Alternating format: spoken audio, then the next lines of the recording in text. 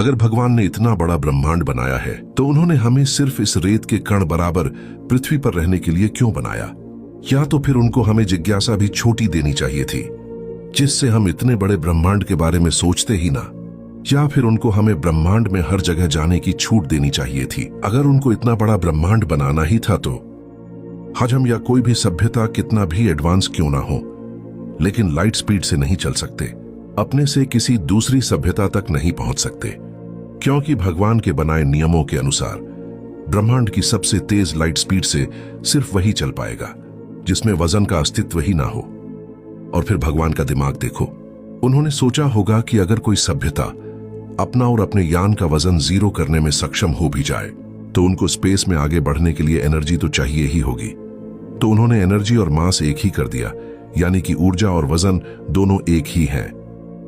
मतलब वजन होगा तो लाइट स्पीड से नहीं चल सकते, और अगर वजन यानी ऊर्जा ना हुई तो भी नहीं चल सकते, क्योंकि बिना ऊर्जा के यान को नहीं चलाया जा सकेगा। और अगर यान चलाने के लिए ऊर्जा को साथ रखें तो क्योंकि ऊर्जा और वजन एक ही कर दिया तो लाइट स्पीड तक नहीं पहुंच पाएंगे। और महान फिजिसिस्ट अल्बर्ट आइंस्टाइन के अनुसार वजन वाली चीज लाइट स्पीड से इसीलिए नहीं चल सकती क्योंकि स्पीड के साथ वजन भी बढ़ता है।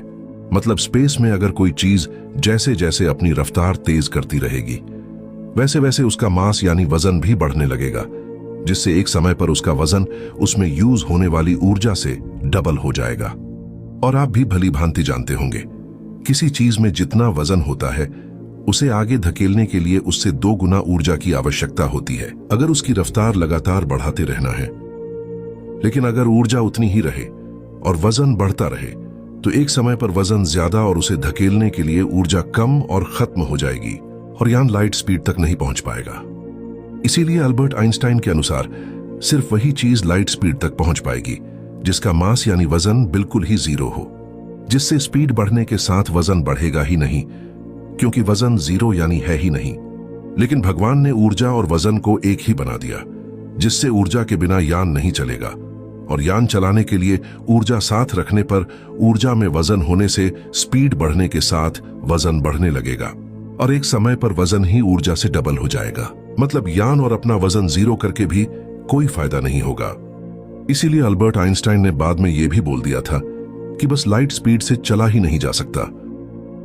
और अब आप समझ ही सकते हैं, अगर भगवान को इतना बड़ा ब्रह्मांड बनाना ही था तो उनको हमें भी हर जगह जाने की छूट देनी चाहिए थी। किसी भी ऐसे नियम को नहीं बनाना चाहिए था जो हमें इतने बड़े ब्रह्मांड में कहीं भी जाने से रोक रहे हैं। या फिर इतना बड़ा ब्रह्मांड बनाने की ही आवश्यकता नहीं थी।